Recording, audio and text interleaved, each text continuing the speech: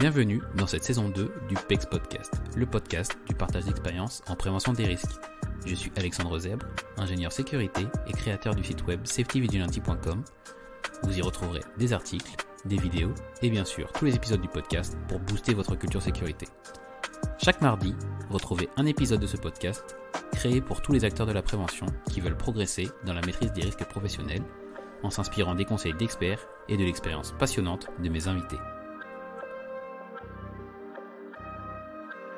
Dans ce nouvel épisode, j'accueille Jérôme Haller. Dirigeant, fondateur chez Griff, conférencier et blogueur, Jérôme a à cœur d'intégrer les sujets de santé et sécurité comme un levier de performance de l'entreprise et d'accompagner l'évolution d'une culture de prévention. Mais Jérôme est également maire d'une petite ville et il nous fait un retour d'expérience sur son vécu de la gestion de la crise Covid à un échelon local. Sur ce, je vous laisse écouter mon échange avec Jérôme Haller. Bonjour à tous, bienvenue dans ce nouvel épisode du podcast. Aujourd'hui, j'accueille Jérôme Haller. Bonjour Jérôme, comment allez-vous ?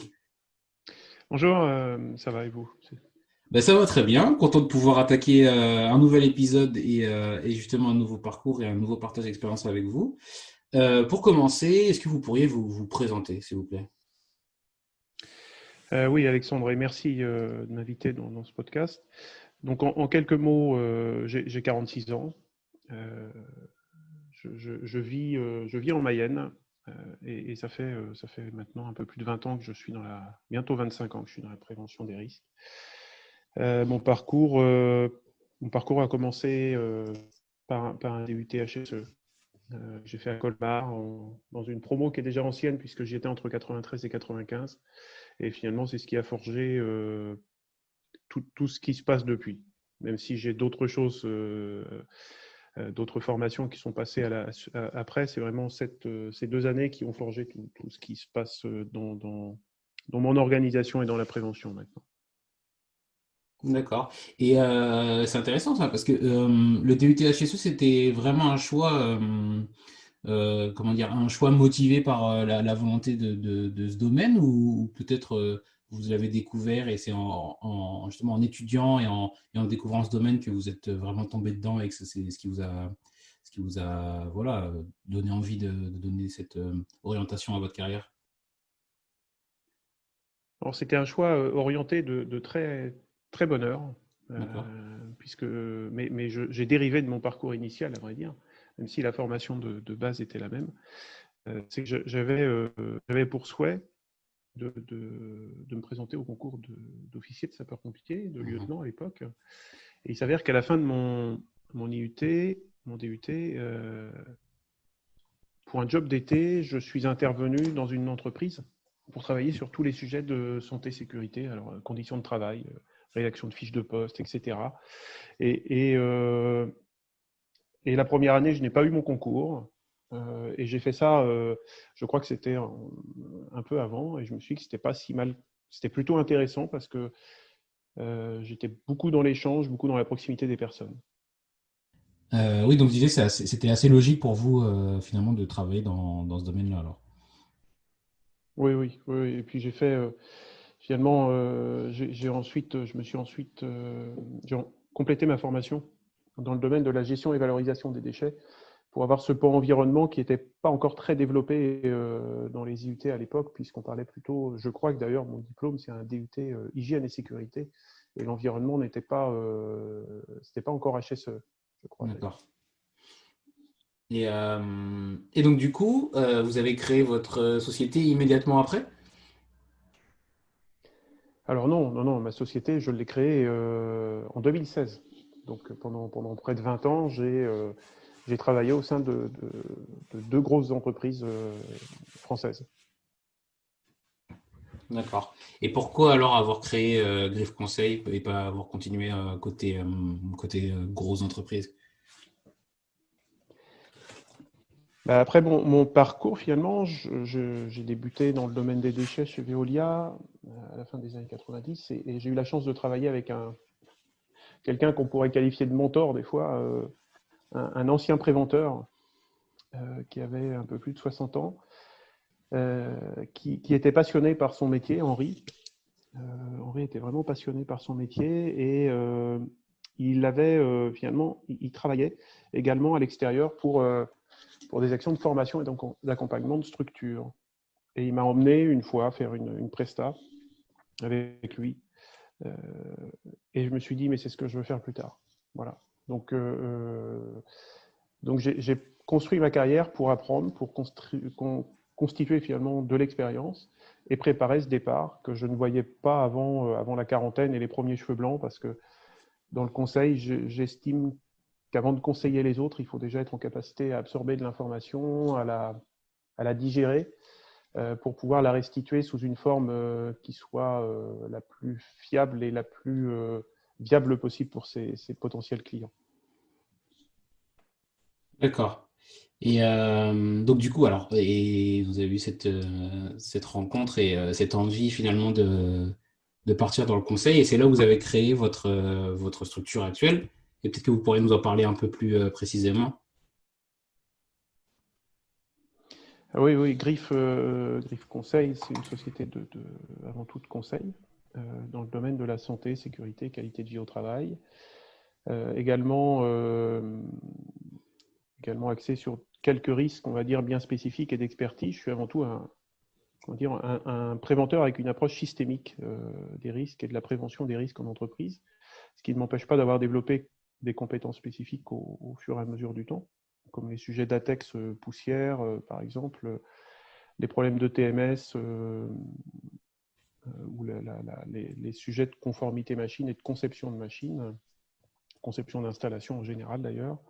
Et Griffe Conseil, c'est finalement de l'accompagnement sur tous les sujets de prévention. Il y a quelques sujets que je n'aborde pas, parce que j'estime qu'ils sont vraiment trop spécifiques et ils demandent à être pointus sur l'aspect réglementaire, sur l'aspect technicité, qui sont tout ce qui est risque autour de la radioprotection, du risque radiologique, et puis les sujets autour de l'amiante aussi, qui sont très légiférés et sur lesquels j'estime ne rien avoir à faire.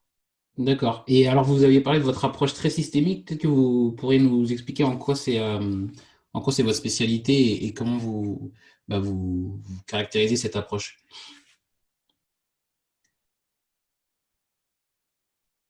Alors, comment la caractériser? C'est que finalement, c'est aborder la prévention sans en parler.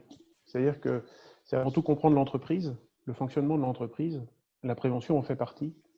Et je reste assez convaincu que faire de la prévention des risques professionnels juste à travers ce prisme finalement du préventeur ou de la santé-sécurité au travail, c'est quelque chose qui est réducteur et qui ne nous sert pas la plupart du temps quand on est dans cette fonction, parce qu'elle est encore trop souvent mise à côté finalement des éléments essentiels de l'entreprise que sont la production et la production de valeur. Même si la santé et sécurité au travail, on doit les considérer, et à juste titre, de mon point de vue, comme étant producteurs de valeur, la plupart des managers ne le voient pas comme ça. Donc il faut pouvoir finalement rentrer sur ce sujet-là à travers leur prisme pour ensuite aborder seulement les éléments essentiels à la prévention des risques. D'accord, mais alors de manière pratique, ça se caractérise comme ça. Comment? C'est-à-dire que, enfin, de ce que j'en comprends, vous parlez directement aux décideurs d'une entreprise et il y a une démarche qui est, enfin, systémique, mais dans le sens intégré. C'est un peu ça?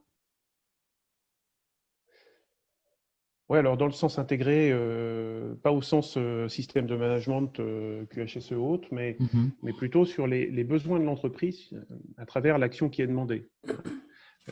C'est-à-dire que quand je me positionne, quand j'arrive au sein d'une entreprise, souvent c'est parce qu'il y a une demande. Il m'arrive très rarement d'arriver comme ça, sauf cas du hasard, mais il y a une demande qui demande à être exprimée dans un contexte global. Et c'est un peu l'erreur d'organismes de formation, de préventeurs ou de consultants d'aller directement répondre à la demande qui a été mise. Cette demande, si elle n'est pas analysée, finalement, en termes de marché de l'entreprise, en termes d'évolution de la production dans l'entreprise, en termes d'effectifs, d'évolution des effectifs, en termes également, pourquoi pas, d'innovation, de difficulté à se positionner sur un marché plus global, la prévention et l'apport d'un consultant comme moi aura finalement une plus-value très limitée qui sera limitée dans le temps uniquement à une action ou à une période d'action différente. Et moi, ce qui me semble important, en tout cas, c'est surtout d'amener le dirigeant et le préventeur au sein de l'entreprise à comprendre, peut-être plus qu'à comprendre, à resituer les enjeux de la prévention dans les enjeux de l'entreprise au sens large. Et pas forcément l'aborder uniquement sous le prisme de la demande parce que, tiens, telle entreprise a fait telle approche ou je voudrais faire la même chose. Je crois qu'il y a un sujet qui est assez parlant et qu'on trouve dans beaucoup d'entreprises aujourd'hui, et ça depuis 10-15 ans, c'est qu'à un moment, il y a eu la mode des visites de sécurité. Et tout le monde voulait faire des visites de sécurité. Alors, visite de sécurité au poste, visite de sécurité hiérarchique, etc. Et il y a toujours cette mode. Hein. Les entreprises veulent faire des visites de sécurité. Sauf que faire les visites de sécurité, si on n'a pas le contexte global et si on n'a pas l'objectif, finalement, si on n'a pas la maturité non plus, ça ne va pas aller très loin. Et il m'est arrivé, moi, alors ça fait depuis 4 ans, ça m'est arrivé de refuser ce type d'action, voire de réorienter complètement mes prospects et futurs clients sur d'autres actions, puisque ce n'était pas la solution à leurs problèmes. D'accord. Et c'est intéressant parce que je voudrais revenir quand même sur ce que vous avez dit un peu plus tôt, sur le fait que venir répondre à une unique demande, c'est pas. Enfin, vous n'êtes pas là pour ça, quoi. Vous êtes là pour répondre à une demande plus. Enfin, à un problème qui serait lié en tout cas à l'activité. Et dans ce cas-là, c'est-à-dire que si demain vous avez un préventeur qui fait appel à vos services pour une problématique dans vos domaines de compétences, mais lui, il veut une résolution uniquement pour ce problème-là. Comment vous allez l'amener à comprendre que finalement son problème il est plus profond que ça ou qu'il faut faut prendre plus de recul et du coup essayer d'intégrer ce problème dans les enjeux de l'entreprise.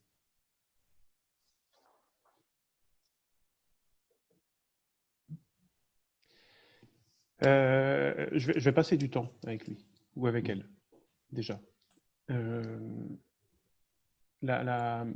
Finalement, le formateur consultant indépendant, par rapport à d'autres structures, son intérêt et l'intérêt qu'il existe, et je dirais presque sa mission d'exister, c'est d'être en capacité à faire du sur-mesure, à écouter un peu plus que d'autres structures, ses prospects et ses clients, pour les accompagner.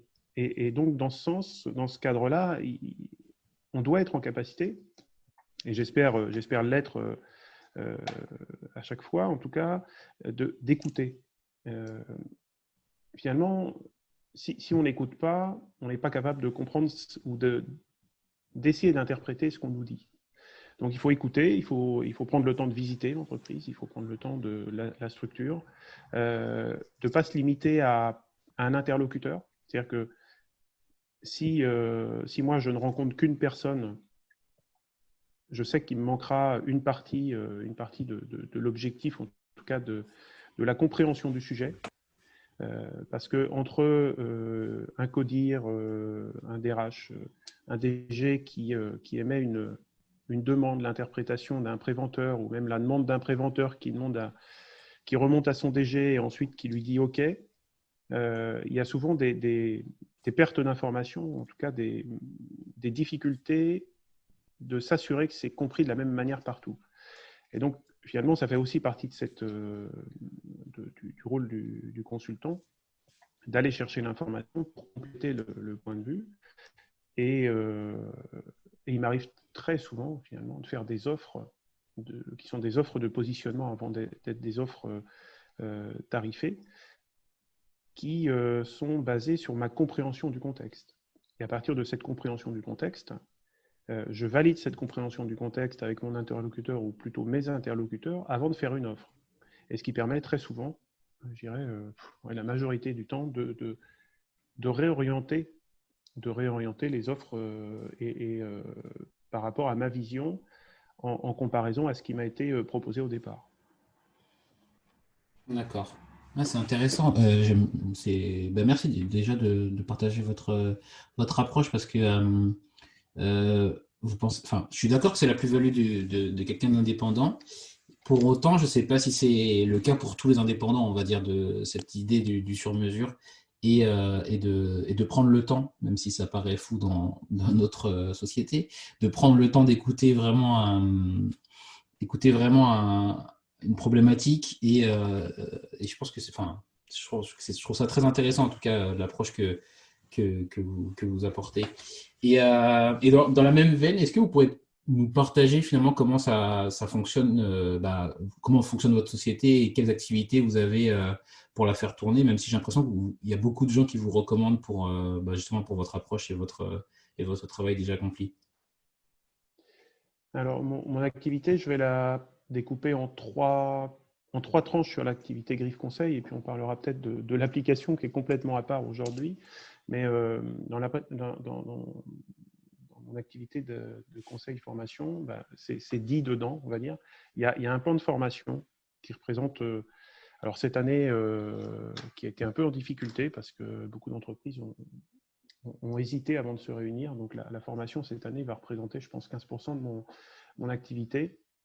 Et puis ensuite, deux pans qui sont parfois difficiles à séparer, mais qui sont le conseil et l'accompagnement. Je distingue le conseil et l'accompagnement entre le conseil sur des actions courtes,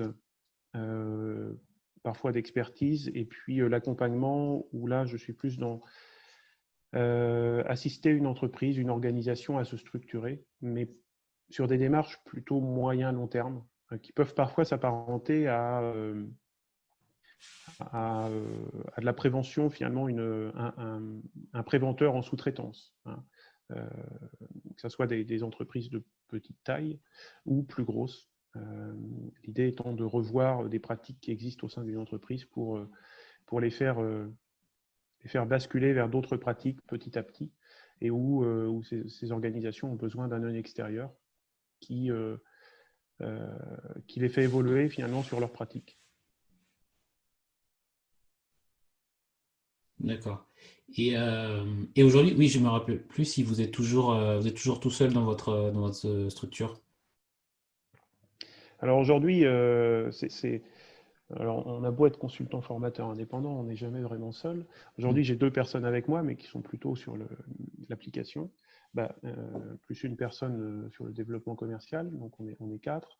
Et puis 2 formateurs habituels, 2 consultants formateurs habituels, et potentiellement une troisième sur des actions d'accompagnement et de formation.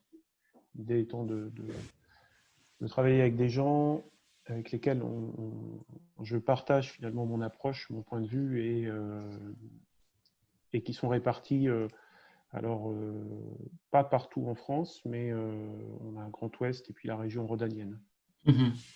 Et d'ailleurs, j'ai une question supplémentaire qui s'ajoute à celle-ci, c'est que je me demande comment la marche est franchie finalement de passer de consultant indépendant et en tout cas de faire les choses seul, donc à son rythme, donc forcément avec moins de force de travail, mais au moins exactement comme on veut, à la marche un peu oui, de chef d'entreprise et de manager. Enfin, voilà, c'est plus un partage sur comment vous avez réussi à passer ce cap-là. Euh, alors, à vrai dire, ça me manquait un peu. C'est curieux, hein, mais je me suis lancé à mon compte parce que j'ai toujours certaines convictions, pas de certitude, mais certaines convictions qu'on peut faire ce métier de préventeur d'une certaine manière. Et finalement, quand ça fonctionne, on se rend compte que on ne peut pas le faire seul, qu'il faut emmener d'autres personnes dans la barque, avancer, partager cette vision, partager ce cap, et diversifier aussi les points de vue. C'est ça ce qui est intéressant. Mais finalement, quand on a eu l'habitude dans des entreprises d'avoir des équipes, que ce soit en hiérarchique ou des grosses équipes encore très grosses en fonctionnel, on se rend compte que la principale difficulté du consultant formateur ou de quelqu'un qui crée son entreprise, ça peut être la solitude. Et quelque part, de recréer une équipe, c'est presque rassurant. Voilà. Tout le monde ne D'accord. sera pas d'accord, ça dépend du passé de chacun, je pense. Mais en tout cas, moi, je le trouve comme étant plutôt rassurant.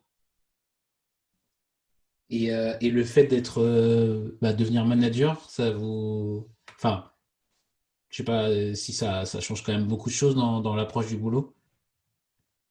Alors, ça change beaucoup de choses. En tout cas, c'est pas pareil que d'être manager dans une entreprise. Ça n'a rien à voir. On se rend réellement compte que quand on met des équipes, quand on recrute une personne, deux personnes, 1 plus 1, ça fait pas 2, quoi. C'est-à-dire on a 2 équivalents temps plein. On a 1,7, 1,8 équivalents temps plein. Que quand on recrute en France, dès le premier salarié, la charge de travail est très importante, la charge administrative. Donc même si on sous-traite, il faut passer pas mal de temps sur le suivi administratif. Donc c'est pas. Il faut avoir envie de le faire. Il y a beaucoup de consultants ou de cabinets qui les gens restent seuls, mais c'est un choix. Voilà. Je suis pas là-dessus. Je pense que ça dépend énormément des personnes. Et moi, je comprends complètement celles et ceux qui restent seuls euh, parce que c'est aussi, c'est pas plus confortable. C'est que c'est un choix que l'on fait à un moment ou à un autre.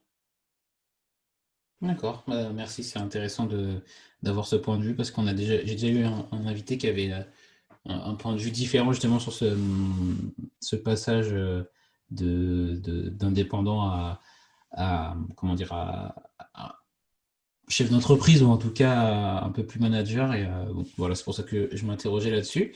Mhm. Euh, Ensuite, on va passer plus sur les choses peut-être que vous appréciez le plus dans votre métier et qui font maintenant que justement ça continue de vous motiver et que ça continue de vous donner envie de produire du contenu et de conseiller vos clients.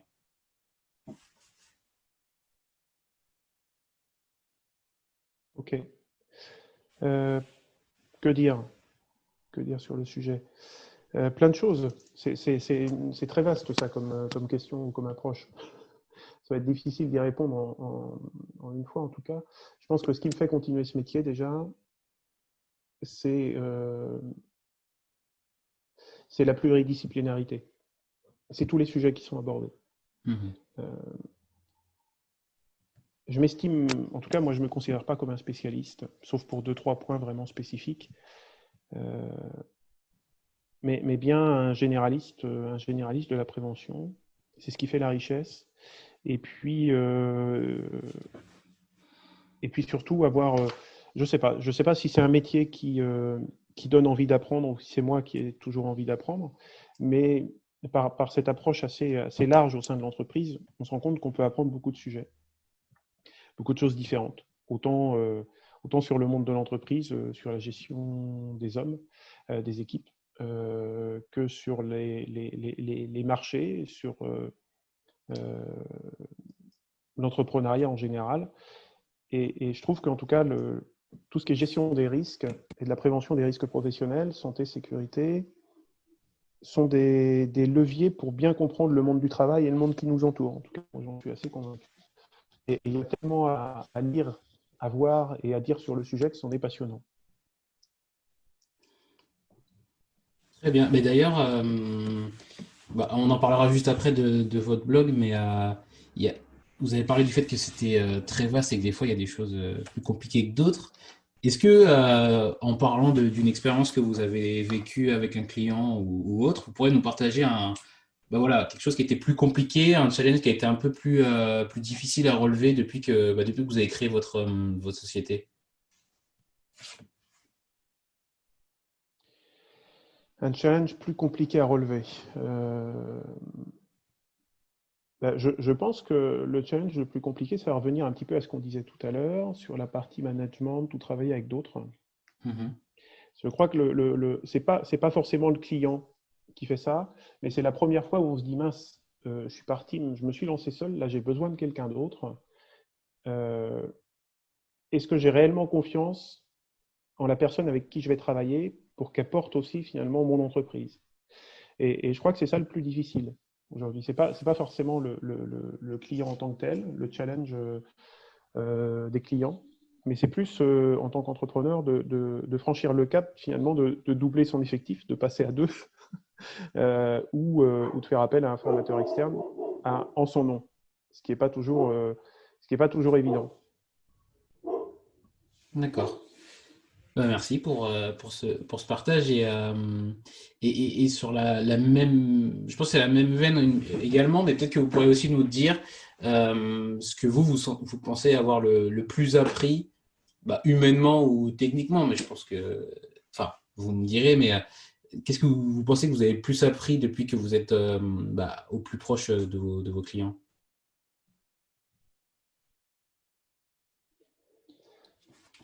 Ce que j'ai le plus appris,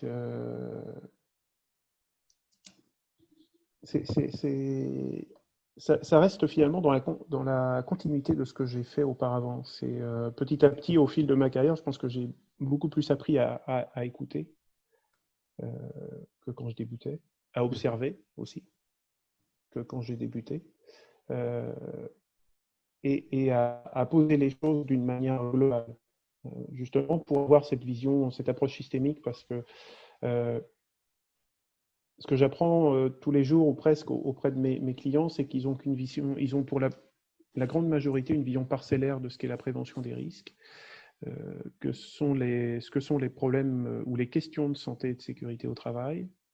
Et si la qualité de vie au travail aurait pu, je pense, il y a 5-7 ans, aurait pu faire basculer sur une vision plus globale, euh, les, les, euh, les Chief Happiness Officers, les baby-foot, etc., ont, ont galvaudé ce sujet de la qualité de vie au travail, ce qui fait qu'elle est rarement vue comme étant une approche globale et nécessaire à l'entreprise, parce qu'elle a été déformée dès le départ.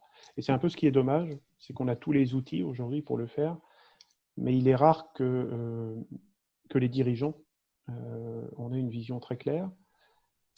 Et en ça, je me rends compte aussi quand on est dans les institutions, c'est que euh, les, les, jeunes dirigeants qui suivent des formations pour créer leur entreprise au niveau des CCI, par exemple, n'ont aucune notion des obligations en santé et sécurité au travail. C'est-à-dire qu'il n'y a même pas 2 heures qui sont prévues dans le cursus d'un futur dirigeant sur ces sujets-là.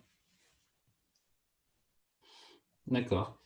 Alors, on va continuer plus sur les choses que vous déployez, parce que initialement, nous, on s'est connus grâce à votre blog, pardon, Oui. hseassist.com, et moi, je trouve ça très fort de pouvoir déployer et cette activité en conseil et votre blog qui est très, très suivi sur le web. Est-ce que vous voulez, bah, pour les gens qui ne le connaissent pas, peut-être nous parler un peu plus du blog et ce que vous publiez dessus, à qui vous vous adressez, et aussi voilà, nous partager peut-être bah, votre volonté derrière ces publications. Alors le blog aura bientôt 10 ans.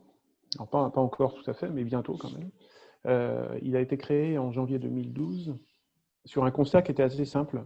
C'est que moi, je lis pas mal sur les sujets de prévention, de santé, de sécurité au travail en général. Et, euh, et je commençais à avoir une petite biblio déjà, au début des années 2010. Mais j'étais incapable de trouver sur le web des critiques de lecture dans ces domaines-là. Mhm. Et donc, j'ai créé ce blog dans un premier temps en me disant, je vais partager mes lectures. Ça servira ou pas, peu importe, moi ça me servira de mémoire. Et je l'ai conçu avec un objectif qui est de ne pas parler, ou en tout cas très peu, de la réglementation. Vous trouverez bien évidemment, on trouve sur le blog un certain nombre de textes, en particulier quand on a eu la première mouture des sujets sur la pénibilité, où j'avais passé un petit peu de temps pour expliquer, pour comprendre et vulgariser. Mais finalement, au-delà de ça, j'aborde peu la réglementation, j'aborde plutôt des sujets du quotidien d'un préventeur. Ce que j'ai fait entre 2012 et mi-2016, où j'ai quitté mon emploi salarié, et que je continue à faire, tout simplement. J'essaye de partager des lectures, de partager des points de vue, de temps en temps passer des coups de gueule, typiquement le sujet du référent Covid m'a fait bondir. Il m'a fait vraiment bondir parce que on est déjà censé avoir des référents sur les sujets de santé, sécurité au travail en France qui ne sont pas respectés, en tout cas qui n'est pas bien respecté. Là, on rajoute un référent Covid. Chacun y va avec sa petite patte. Donc, de temps en temps, il y a aussi on va dire des coups de gueule, mais l'idée, c'est plutôt de partager un point de vue sur un vécu plus ou moins récent au sein d'entreprises. Ouais, et c'est aussi un peu, enfin, c'est vraiment le sens du blog où vous partagez, voilà, enfin, je trouve, moi, c'est comme ça que je vous ai découvert, vos difficultés, mais aussi votre parcours, je veux dire, dans le sens, ce que vous vivez, vos missions auprès de vos clients, euh, euh, aussi vos inquiétudes par rapport à la future réforme de santé au travail, enfin, des choses comme ça. C'est pour ça que moi, j'ai trouvé ça très intéressant parce qu'il y a le côté très personnel finalement, et c'est peut-être un peu rare encore aujourd'hui d'avoir des gens qui partagent sur leur métier et voilà qui partagent leurs inquiétudes parce que ça a des impacts assez importants sur votre activité quoi derrière. Donc je trouvais ça intéressant qu'on puisse en parler encore aujourd'hui, même si même si vous avez déjà beaucoup de lecteurs. C'est vrai que je pense que c'est important de pouvoir voilà pouvoir partager là-dessus. Oui, alors, et c'est vrai que ce qui est intéressant, c'est que quand j'ai des prospects qui arrivent par le blog, je sais qu'on se connaît déjà. Et finalement, ça facilite énormément l'offre derrière parce que ce sont des gens qui connaissent mon point de vue, qui connaissent mon approche. Et s'ils arrivent finalement à me consulter, à me consulter en tant qu'expert ou dans le domaine de la santé sécurité au travail, c'est parce qu'ils partagent quelque part les mêmes valeurs. Quand on a écrit 500 articles en son nom, à un moment, on ne peut pas se cacher, quoi. Moi, je ne suis pas un acteur, je ne suis pas un romancier. Donc, ce que j'écris, c'est des choses parfois qui sont un peu, comment dire, trop. Voilà, un coup de gueule, c'est passager, c'est un pic.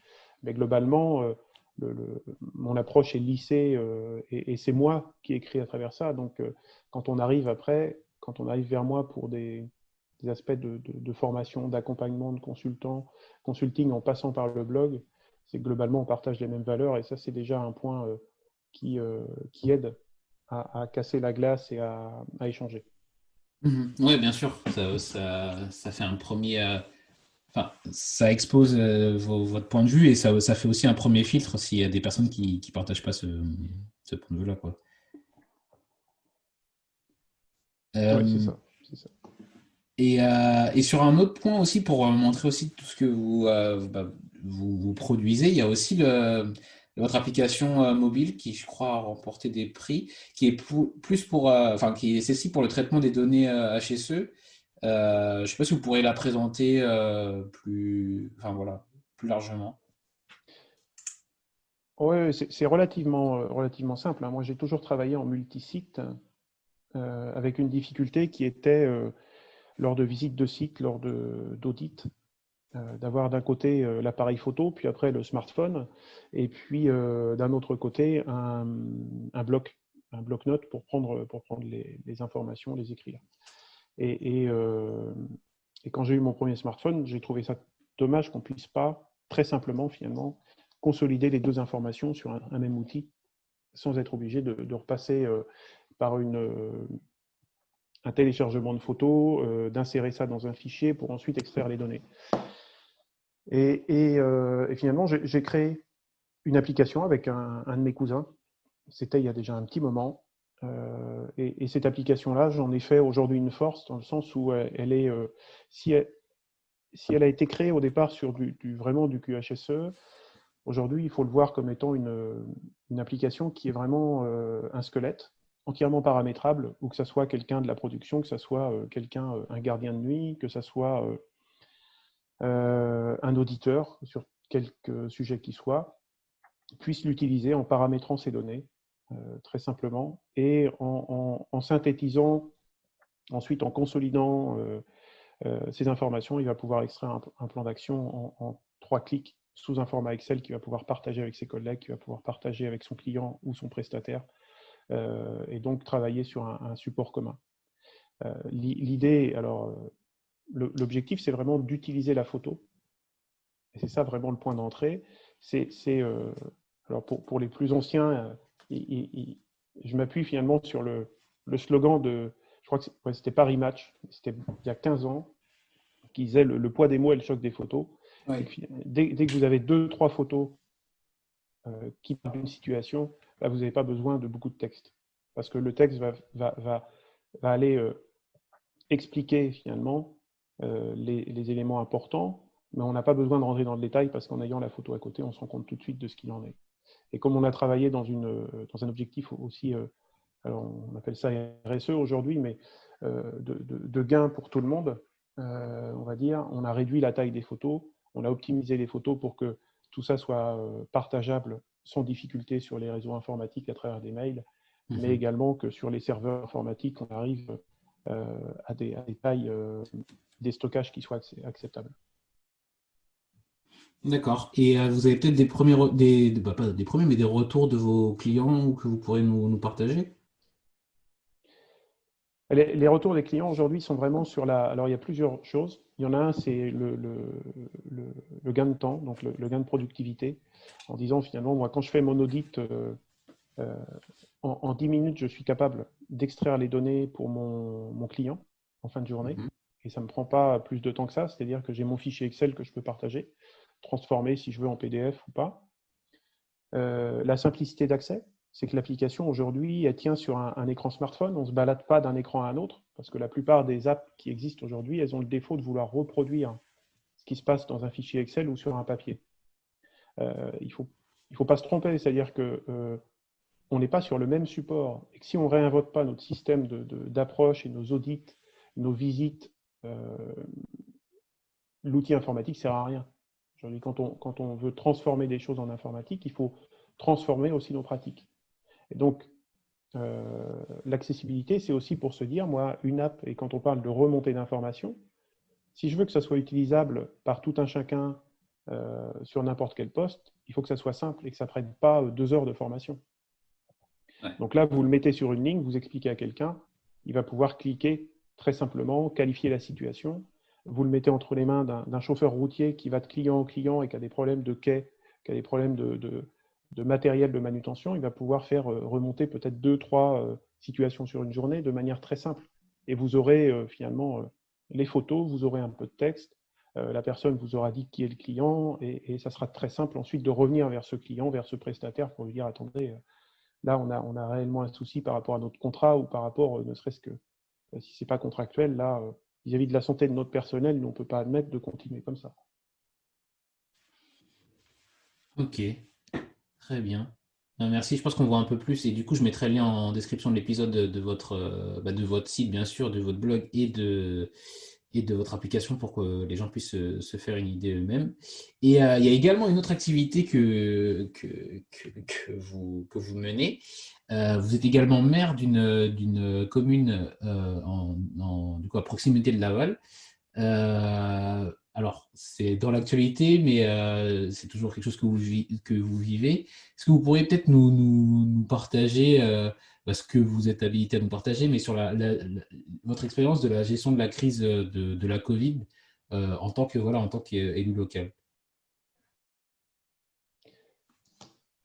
Oui, c'était pas prévu finalement d'être en pleine crise quand on devient nouveau maire. C'est vraiment c'est très particulier.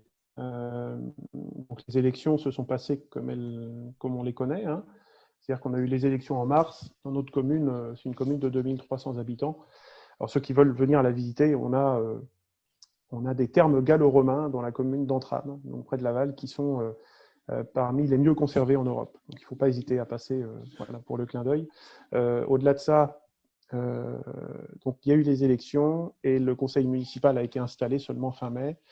Il s'avère que par rapport à mon parcours, j'ai pris en accord avec pendant la transition avec l'ancien maire, avec qui je m'entendais et je m'entends toujours très bien, j'ai pris finalement la main sur la gestion de crise et l'organisation sur la commune à ce moment-là. Je pense que heureusement que dans le mandat précédent, moi j'étais adjoint finance et RH, heureusement que pendant le mandat précédent, j'avais travaillé au plan de continuité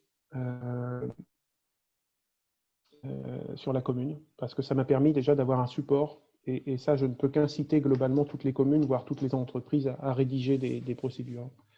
Par définition, elles sont fausses. C'est-à-dire que l'événement n'arrive pas, on l'avait prévu, c'est un événement nouveau. Donc on avait une fiche risque biologique, mais qui n'était complètement à la masse par rapport à ce qui est arrivé.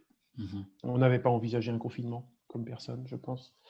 Mais néanmoins, ça nous aide par rapport à des réflexes, à des organisations à prendre. Ce qui a été particulier, je pense, c'est le tâtonnement. Sont les difficultés de communication, les difficultés de compréhension du discours qu'on a eu, mais comme tout le monde, je pense, en France. Et moi, je ne vais surtout pas m'amuser à blâmer ou m'engager à blâmer qui que ce soit, parce que je pense qu'on a un gouvernement qui a découvert ce type de crise, même si elle était envisagée suite au plan pandémie grippale qui avait été, je crois, rédigé en 2011 ou 2012, où on aurait dû avoir des stocks. C'était écrit dedans. Il était écrit aussi qu'il fallait s'attendre à avoir un événement qui ait des impacts économiques. Il n'empêche que personne n'a voulu le voir parce que c'était jamais arrivé. Et ça, c'est un peu comme les accidents de la route à une époque. Ça ne pouvait pas nous arriver, donc tant qu'il n'y avait pas un proche qui avait eu un accident dans sa famille, on ne voulait pas le voir. Donc ça a été la difficulté, c'est que les collectivités, comme les entreprises, je pense, se sont retrouvées à gérer elles-mêmes en faisant au mieux. Peut-être une des difficultés qu'on a en collectivité, c'est qu'on n'a pas la capacité à mettre les gens au chômage partiel. Ça n'existe pas. Donc il a fallu gérer aussi la continuité en ayant des gens qui sont chez eux à ne rien faire. Quand vous avez une équipe enfance-jeunesse, si vous n'avez pas d'enfants, à un moment, vous pouvez faire du tri, vous pouvez faire des inventaires, mais vous avez les gens qui sont chez eux et avec un régime normal de travail. Donc ça, c'est une des difficultés. Mais ça a permis aussi de maintenir, d'organiser différemment les équipes, puisque toutes les semaines, on faisait un point en visio et c'était plutôt bien apprécié. Maintenant, que dire je pense que la difficulté que l'on a, on parle beaucoup des associations, on parle beaucoup des entreprises. Moi, j'ai une crainte aujourd'hui,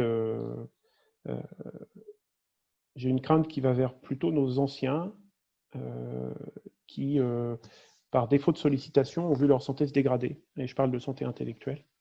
Donc ça, c'est une vraie difficulté, puisqu'on n'a pas de moyens. On ne sait pas par quel bout prendre le sujet, aujourd'hui, au sein de collectivités, de petites collectivités. Et puis l'autre aspect, s'il y a eu quelques incivilités ou quelques non-respects de règles qu'on a pu voir dans des villes, on a eu, je pense, la même chose dans les petites communes, à moindre mesure, mais un problème de compréhension du risque. Même si on a formé, moi j'ai formé tous mes agents dès le départ au risque biologique avec la particularité du risque Covid, ce qui a permis de rassurer par rapport aux protections, par rapport aux gestes barrières, c'était indispensable. On a sans doute eu une difficulté de sensibiliser la population à la véritable compréhension du risque, puisque pendant le premier confinement, il y a encore eu beaucoup trop de réunions entre voisins, même en petit comité, mais qui ont fait que il y a eu un problème de compréhension, et donc cette deuxième vague, pour moi, on va dire, c'est facile de le dire aujourd'hui, mais ce n'est pas une surprise vu les comportements qu'on a vus cet été et puis à la rentrée. D'accord. Et vous pensez que votre expérience justement déjà d'avoir pu être déjà dans l'équipe initiale, enfin au mandat précédent, et votre expérience bien sûr de gestionnaire du risque en tant que dans votre activité professionnelle, ça a beaucoup aidé ou enfin forcément et beaucoup rassuré je crois qu'on dit vos administrés également. Alors, les administrés, je ne sais pas, parce que je ne fais pas forcément, je ne suis pas persuadé qu'ils savent tous dans quel domaine exactement je suis. Par contre, pour les agents de la commune, de mon point de vue, ça a été un plus, et même pour la gestion de crise dans l'ensemble de l'équipe. Pour les agents de la commune, je ne suis pas convaincu, en tout cas, j'ai pas l'impression que beaucoup de communes beaucoup de communes ont formé les agents. Euh, Moi, j'ai pris le temps de leur expliquer ce qu'était le risque biologique, de quoi venaient les pandémies. J'ai monté un module de formation finalement, que j'ai mis à disposition au moins pendant la crise gratuitement en distanciel, un module qui prend 2 heures en distanciel et qu'on a pu faire pendant 1 heure et demie en présentiel, en échangeant finalement. C'était important parce que si je ne suis pas formé, si je n'ai pas l'information, je ne peux pas connaître et je peux encore moins comprendre. Mhm. Et je me suis aperçu que cette discussion qu'on a eue, ça a rassuré. Ça a permis de bien expliquer la différenciation entre les risques de contamination purement aérienne ou par le biais de gouttelettes, ce qui n'est pas la même chose et ce qui parfois provoque des incompréhensions. De bien insister sur le caractère non négociable des gestes barrières, mais pas de s'inquiéter outre mesure du reste, c'est-à-dire que les gestes barrières, l'aération régulière, et qu'il ne fallait pas être plus inquiet que ce qu'il en était nécessaire en tout cas. Et quant à l'équipe, je pense que ce qui a facilité la gestion, c'est que l'équipe municipale, sachant finalement mon domaine de compétences, a fait ça a fait qu'on est tous allés dans le même sens. C'est-à-dire que j'ai eu une confiance dès le départ pour la gestion. On a créé des groupes de travail et la seule difficulté finalement, c'est que en temps de crise, même si on essaye d'être dans une certaine démocratie, eh ben on peut pas demander l'avis de tout le monde. Et c'est ça ce qui est un peu difficile quand on vient d'être élu, c'est qu'on fait un groupe de travail, les gens décident et on y va. Voilà. Et ça, je pense que c'est la principale difficulté au sein de collectivités, de se dire, bah oui, on a été élu pour partager, pour savoir ce qui se passe, pour décider ensemble, mais la gestion de crise fait qu'on n'a pas le temps de ça. Et quand on nous donne 48 heures pour changer notre mode de fonctionnement, bah bien évidemment, on va au plus court, on réagit pour que les enfants puissent rentrer chez eux sereinement, ou au contraire qu'ils puissent revenir sereinement, ou que la cantine doit réouvrir, à la limite quoi qu'il en coûte, mais en squattant une salle qui n'est pas dédiée pour ça, etc. Et donc ça, c'est sans doute une des difficultés, et c'est ce qu'on vit en tant que Français en général, c'est que les décisions nous sont imposées sur cette crise, mais il faut comprendre qu'à un moment, on n'a pas non plus beaucoup le choix. Elles sont bonnes, elles sont mauvaises. Moi, je me garderais bien aussi à nouveau de les juger, parce que face à une situation nouvelle, dans 5 ans ou dans 10 ans, si on revit la même chose, ça sera facile de repartir sur des bases qu'on connaît. Aujourd'hui, on apprend. Oh, ben, merci beaucoup, Jérôme. C'est vrai que c'est très intéressant et initialement, je ne pensais pas vous poser la question, mais c'est vrai que je suis content de l'avoir fait parce que c'est intéressant et je suis pas sûr qu'on donne suffisamment la parole aux élus locaux, surtout dans des moments comme ça où on se rend compte à quel point ils sont essentiels. Donc, enfin, vraiment merci pour ce partage. On va avancer sur la suite du podcast avec les recommandations. Donc vous en parliez plus tôt, vous disiez que vous lisiez beaucoup de ressources en sécurité et prévention des risques. Est-ce que vous avez des sources justement, que ce soit livres, sites internet, podcasts ou autres, que vous pourriez recommander aux auditeurs? Alors là, je me suis penché sur mon bureau parce que j'ai un stock de livres. Euh, alors, moi, je vais beaucoup acheter aux éditions Octares, qui sont basées à Toulouse. Alors pourquoi? Ils ont une approche globale autour de l'ergonomie et de la psychologie du travail, de la compréhension de l'entreprise. Et donc les éditions Octares, j'ai aucune action dedans. Voilà. Mais en tout cas, j'y trouve des ouvrages depuis plus de 20 ans qui me conviennent complètement. Ensuite, il y en a un que j'aime particulièrement. Il y en a deux que j'aime particulièrement qui ne sont pas aux éditions Octares, qui sont aux éditions Deboc. Un qui est plutôt un ouvrage qui est classé dans la psychologie sur la perception des risques. Et ça, c'est important pour moi, c'est un élément non négociable quand on veut parler de prévention des risques. C'est de bien comprendre que la perception des risques est différente d'une personne à une autre. Et que vouloir appliquer une solution sans parler de perception des risques, c'est ahurissant. Et puis ensuite, beaucoup d'ouvrages aux éditions aux Presses de France, Presse universitaire de France, dans la collection Travail humain, par exemple. Et puis l'ouvrage, on va dire que l'ouvrage de référence que beaucoup oublient, c'est quand même l'encyclopédie de sécurité et de santé au travail qui est rédigée sous l'égide du Bureau international du travail, qui reste un ouvrage de référence, tant il est global. On parle d'une encyclopédie. Il est global également par ses auteurs, c'est international, et il est global par l'approche, parce qu'on y parle autant de spécificité de risque que de secteur d'activité. Et ça, c'est quelque chose qu'on oublie souvent, mais avant d'aller chercher des choses très compliquées, quand on a besoin de lire un sujet, de lire ne serait-ce qu'un article sur un sujet, l'encyclopédie de sécurité et de santé au travail est ainsi faite qu'elle va permettre de sortir du cadre habituel et aussi de sortir de sa vision franco-française. On a une culture en France qui est ce qu'elle est. Mais de temps en temps, il faut ressortir pour se dire, ah bah oui, tiens, ça c'est une pratique qui est faite ailleurs, comment est-ce que je pourrais l'adapter à mon contexte? Donc il y a beaucoup de choses. Et puis sur Internet, donc je lis pas mal. Voilà. Je pense que sur mon blog, si vous tapez ouvrage de référence, vous aurez quelques pages de lecture. Ensuite, sur Internet, à vrai dire, je vais citer ton blog parce qu'on avait échangé il y a déjà 2 ans, je crois, 1 an et demi ou un an, je ne sais plus. Ouais, c'est à peu près ça. Ouais. Le sujet. C'est intéressant parce qu'il y en a peu, de mon point de vue. Il y en a beaucoup qui reprennent des articles mais sans jamais les commenter. Donc, tu as un aspect original de faire ça sous format de podcast et ça, c'est très bien. Et puis ensuite, je vais plutôt être sur des sites type Eurogip, qui ont une vision aussi européenne. Plutôt que des sites franco-français, je vais plutôt aller chercher des informations soit européennes, soit au niveau international, pour justement aider à sortir de cette vision qui est celle qu'on partage tous en tant que Français et qui n'est pas mauvaise. Mais c'est que si on veut progresser, il faut aussi aller chercher une inspiration ailleurs.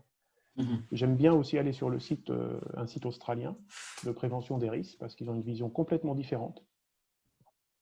Un petit peu les Canadiens ou les Québécois, comme tous les Français, je crois qu'on aime bien ces sites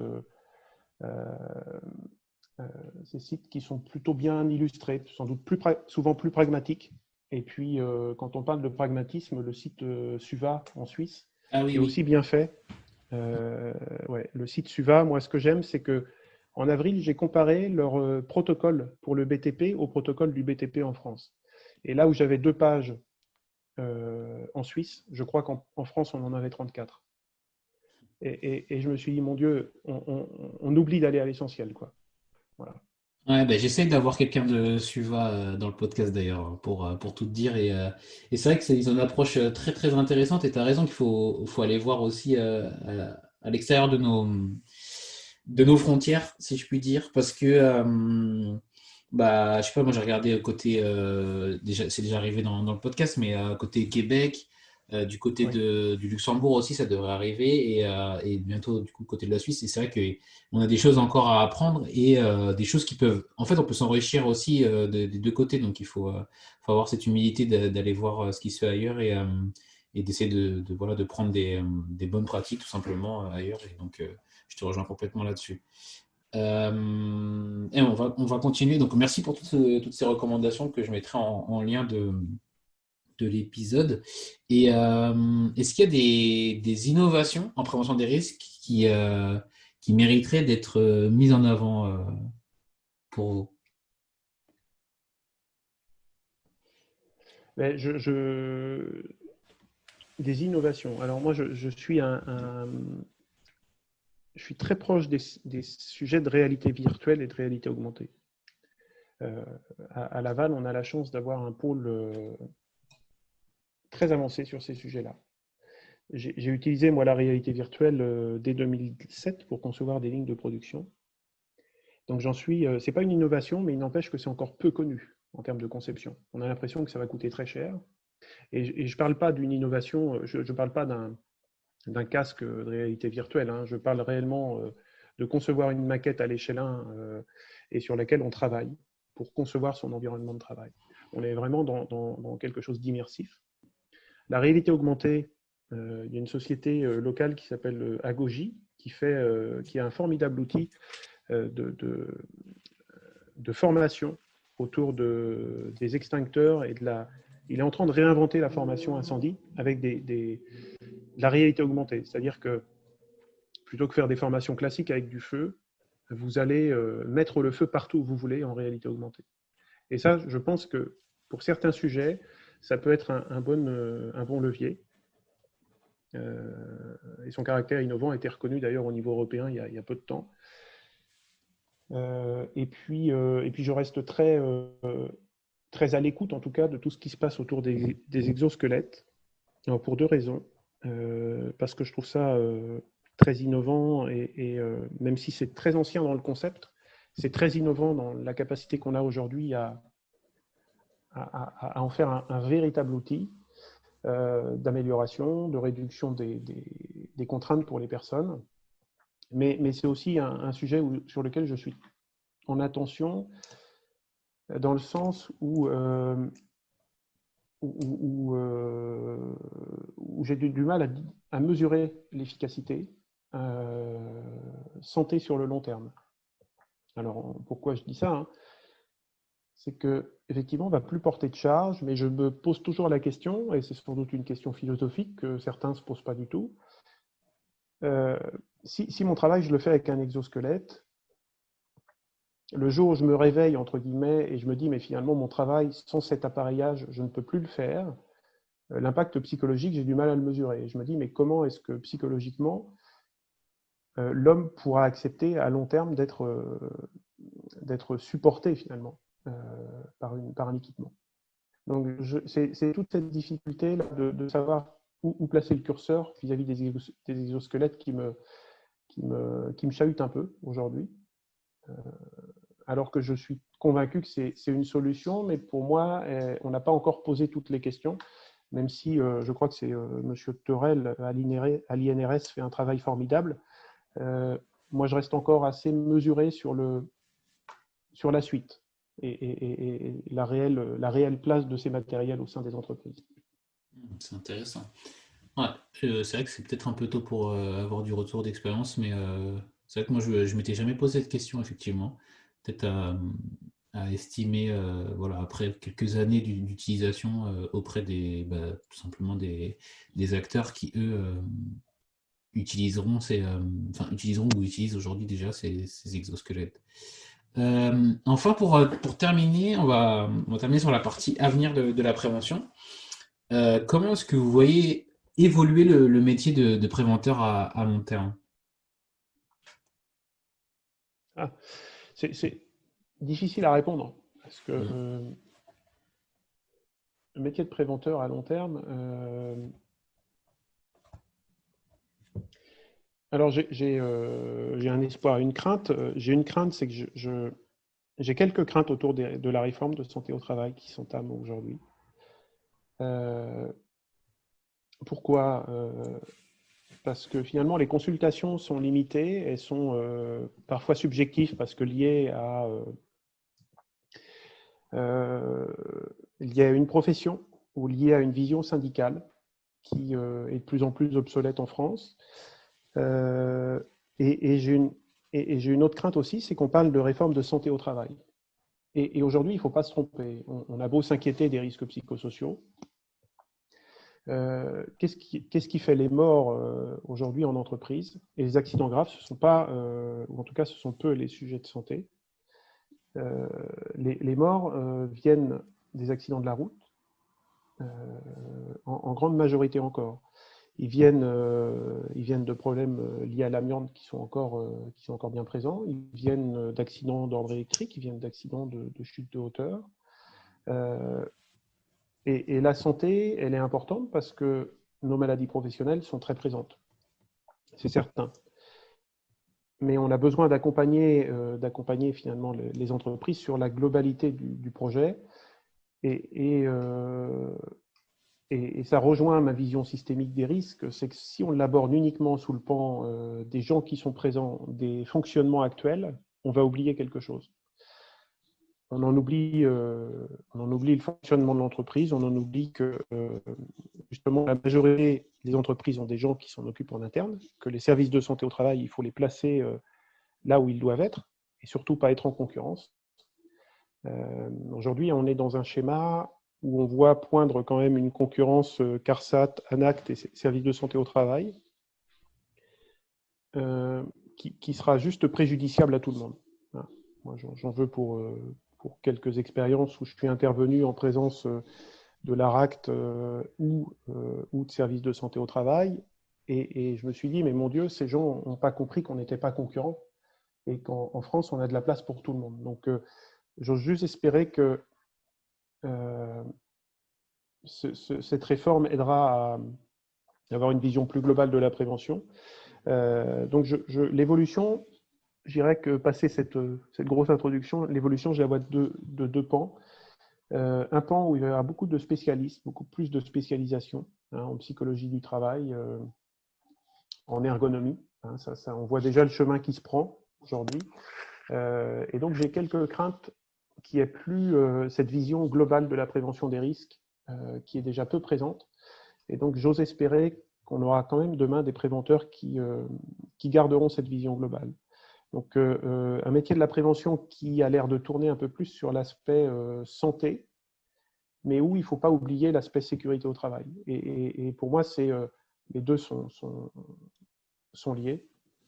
Donc, l'avenir, je le vois vraiment avec une crainte qui est d'aller trop sur la santé et d'en oublier la sécurité au travail, alors qu'il y a encore beaucoup d'entreprises où les B.A.B.A. en matière de risques ne sont pas réunis. Il faut travailler sur les deux et pas opposer, peut-être les métiers plutôt du tertiaire aux métiers de l'industrie, puisque les deux existent en France et doivent coexister. Alors, tout à fait. Et par rapport à la réforme, donc du coup, Charlotte Lecoq est déjà passée dans le podcast et j'invite les personnes qui n'ont pas écouté l'épisode à l'écouter. Et elle répond un peu partiellement à ce que tu disais à ce que vous disiez, pardon, sur la prévention globale et cette vision de quelque chose de global sur la santé, sécurité et pas uniquement des organismes qui qui pourraient théoriquement se faire concurrence. Donc là-dessus, c'est vrai qu'elle apporte quelques éléments de réponse. Et enfin, dernière question du podcast que je pose à tous les invités. Qu'aimeriez-vous dire aux jeunes Jérôme qui débutaient dans le métier de la prévention?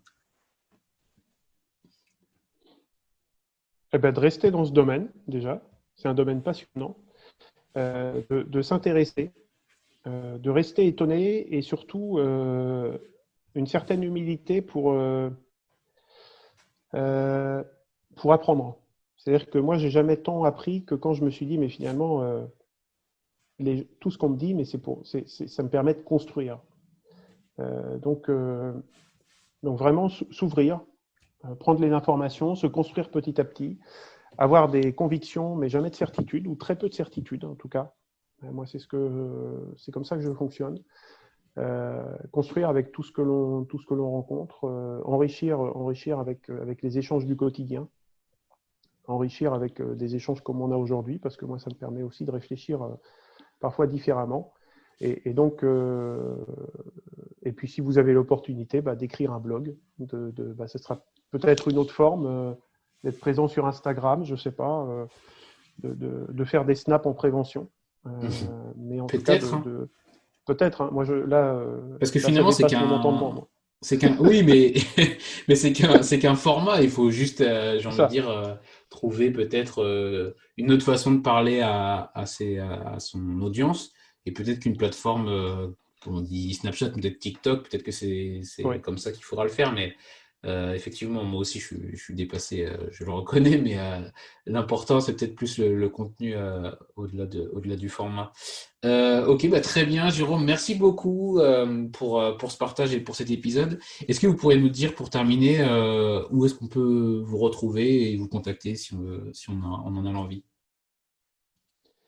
Le plus simple, c'est d'aller sur mon site, griffe-conseil, donc GRIPHE. Parce que griffe a une signification. Il faut la trouver. Il y a un petit jeu d'ailleurs que je vais lancer là, demain là-dessus, que je vais relancer. Et puis sinon, sur mon blog, hsseassist.com. Et puis par téléphone, voilà, vous me trouvez sur LinkedIn aussi. Jérôme Allaire, A2L-A-I-R-E, sans souci. Et je suis toujours très ouvert, moi, pour échanger, voilà, ne serait-ce que pour échanger, moi, ça me va quand c'est sur des sujets de prévention. Ok, parfait. Merci beaucoup, Jérôme, et je vous dis à très vite. Merci Alexandre, à bientôt. Merci d'avoir écouté le PEX jusqu'au bout. Si cet épisode vous a plu, n'oubliez pas de le partager autour de vous, et si vous trouvez 5 petites minutes, de mettre une note 5 étoiles, ainsi qu'un commentaire sur Apple Podcast. Ça m'aide beaucoup pour remonter dans les classements. Vous pouvez également remercier directement l'invité en le retrouvant sur ses réseaux sociaux. À la semaine prochaine!